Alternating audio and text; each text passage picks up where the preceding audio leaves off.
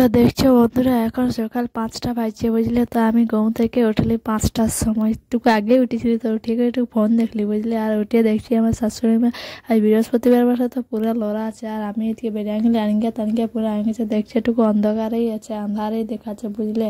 তো আমি রান্নাঘরকে এসে ঢুকিয়ে গেলে দেখছি হাঁড়ি কড়া পুরো পড়ে আছে। এবারে হাঁড়ি কড়াগুলো নিয়ে ধুতে ডরিয়ে দিলে দেখছো। তো চলো ধুতে এবার একটু বানিয়ে নিলি, কারণ কিসে করে মাজবে বলো, আমাদের তো কোনো নয় বা সাবান টাবান। তাহলে একটু সাবান গুঁড়া নিয়ে আর দেখো মাঝে একদম পরিষ্কার করে দিলি।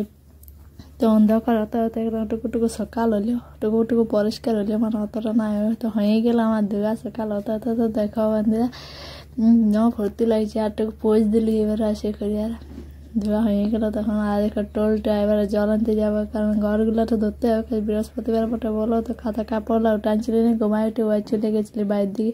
তো উঠান দিলি আর এবারে ঘরগুলো ঝাড়ু মারছি। দেখো গল্টে গল্টে পুরো ঝাড়ু মারি দিচ্ছি, কারণ পাড়া তলটা ঢুকতে হচ্ছে না।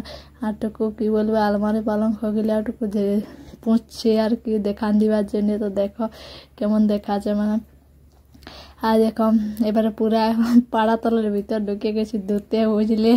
একে পাতলা হাতলা মানুষ তো কুচায় কাচায় ঢুকে গেছে, বেরিয়ে গেলি ধুয়ে ধুয়ে পুছে বেরিয়ে গেলি বুঝলে। তো দেখো আমার দেওয়াটা এবার ফ্যানটাও চালান দিলি, কারণ কাউকে জলদি করে না তো আর ঢুকতে পারি, হাতে কাদা হয়ে যাবে বুঝলে।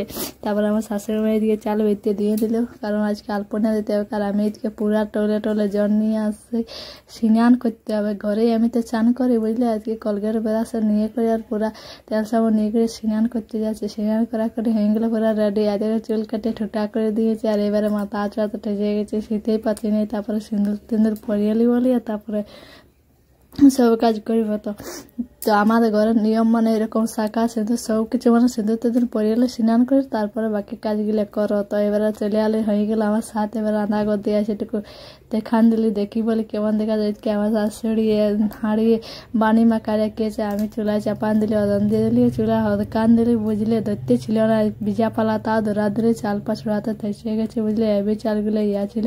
তো হয়ে গেলো আমার চাল পাঁচড়া। এবার ধোয়ার জন্য জলে অগরবস্তা আছে, জল নিয়ে তো করে দিয়েছে। আজকে মেরাইও দিলি পুরা হতকিছে চুলা। আজকে চা বানাচ্ছি বুঝলে। শ্বশুরমশাই বলছে দাও টুকু চা বানাই। তো চা বানাচ্ছে, চা চিনি সব দোকান দিলি। ভাতও আজকে পুরা বলকে গেছে বুঝলে। আজকে আটা সানতে ঠেসে গেছি, কারণ গরুকে সকালে গরু রুটি খাওয়াতে হবে বুঝলে। তো হয়ে গেলো আমার একটা সানসানি রেডি মানে বানাচ্ছি। দেখো বোনা হতে হলেও আমার শাশুড়ি বলছে যাও তুমি মরল ইয়াটা দিয়ে দিবে আলপনিয়াটা।